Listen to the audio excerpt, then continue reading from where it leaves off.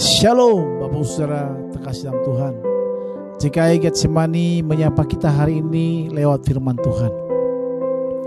Dalam Lukas pasalnya ke-12 ayatnya yang ke-13 sampai dengan ayatnya yang ke-21 Bapak Saudara Tuhan. Ada sebuah cerita tentang orang kaya, dibuat judul perikopnya yaitu orang kaya yang bodoh. Nah, di cerita ini mulai pasal dari ayat 16 Yesus berkata kepada orang yang ada di situ yang mendengarkan, ada seorang kaya tanahnya berlimpah, ya, ayatnya ke-16, hasilnya ia bertanya dalam hatinya, apa yang harus aku perbuat sebab aku tidak mempunyai tempat di mana aku dapat menyimpan hasil tanahku. Lalu katanya, inilah yang akan kuperbuat, aku akan merombak lumbung-lumbungku dan aku akan mendirikan yang lebih besar dan aku akan menyimpan dalamnya segala gandum dan barang-barangku. Sesudah itu aku akan berkata kepada jiwaku, jiwaku, ada padamu banyak barang tertimbun untuk bertahun-tahun lamanya. Beristirahatlah, makanlah, minumlah dan bersenang-senanglah. Tapi firman Allah kepadanya, hai engkau orang bodoh, pada malam ini juga jiwamu akan diambil daripadamu, dan apa yang telah kau sediakan untuk siapakah itu nanti? Demikian jadinya dengan orang mengumpulkan harta bagi dirinya sendiri, jikalau ia tidak kaya di hadapan Allah. Bersama Tuhan, ayat sebelumnya kalau kita membaca yaitu di Lukas pasalnya yang ke-15, di sana dikatakan, katanya lagi kepada mereka, berjaga-jaga dan waspadalah terhadap segala ketamakan.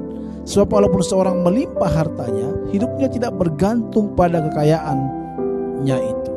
Jadi Bapak Saudara, ayat ini, perikop ini berbicara ada seorang kaya yang menggantungkan hidupnya terhadap kekayaannya. Dia merasa aman dengan apa yang sudah dicapainya, kekayaan yang dicapainya. Dia merasa nyaman dengan semua itu. Dia merasa sudah bisa bergantung kepada kekayaan itu. Tetapi Bapak Saudara Tuhan, Tuhan Yesus menegur orang kaya ini. Kenapa?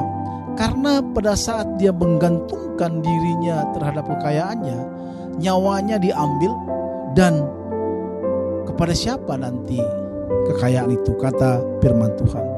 Maka di ayat 21 dikatakan, demikian jadinya dengan orang yang mengumpulkan harta bagi dirinya sendiri, jika ia tidak kaya di hadapan Allah.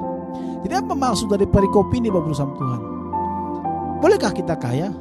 Silakan kita kaya Bapak Saudara. Dan saya merasa Tuhan juga senang kalau kita kaya. Apalagi kekayaan itu kita pergunakan untuk kemuliaan nama Tuhan. Tetapi yang menjadi masalahnya apabila kita menggantungkan diri kepada kekayaan. Banyak orang merasa bahwa kalau sudah punya duit, jabatan, kekayaan, tidak perlu lagi Tuhan. Bahkan banyak orang juga yang dulunya mengasihi Tuhan, sebelum punya kekayaan, punya uang, akhirnya apa? Setelah dia mendapat semua itu, Tuhan tidak penting lagi baginya. Dan juga banyak orang juga, bukan hanya orang kaya, tapi banyak orang miskin juga yang tidak menggantungkan dirinya kepada Tuhan. Maka firman Tuhan mengajarkan kita Bapak Saudara Tuhan, kita tidak boleh bergantung kepada apa yang kita pegang. Kita hanya bisa bergantung kepada Tuhan. Sama seperti seorang miskin, berbahagialah orang yang miskin, karena mereka dikatakan akan mempunyai kerajaan Allah. Kenapa Bapak Saudara Tuhan? Alkitab berkata miskin. Kata miskin di sana adalah orang yang seperti pengemis. Apa sih yang dilakukan oleh pengemis? Pengemis, Bapak Saudara Tuhan, hanya menggantungkan dirinya kepada hasil dia meminta-minta hari ini. Dia tidak pernah berpikir untuk menabung seperti orang yang kerja. Ya, kalau orang kerja, orang punya duit, dia akan berpikir liburan kemana, makan di mana. Tetapi orang miskin tidak pernah berpikir seperti itu. Apalagi seorang pengemis. Hari ini dia dapat dan besok lagi dia mencari.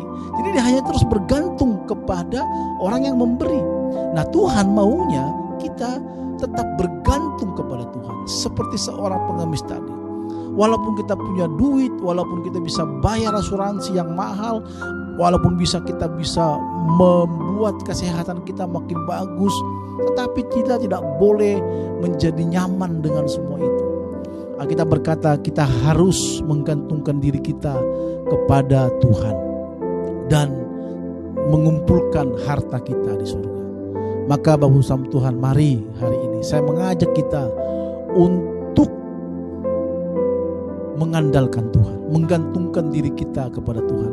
Walaupun hari kita berkelimpahan dalam kekayaan, dalam pekerjaan bagus, kesehatan kita bagus, semua asuransi bisa kita pakai, bahkan pekerjaan kita bisa menjamin kita dalam kesehatan. Firman Tuhan berkata, jangan pernah bergantung ke sana. Karena kita tidak pernah tahu kapan usia kita. Kita tidak tahu kapan kita dipanggil oleh Tuhan. Kehidupan itu misteri. Oleh karena itu, mari tetap mengandalkan Tuhan. Simpanlah hartamu di surga, sebab kengangatan karat tidak akan merusaknya.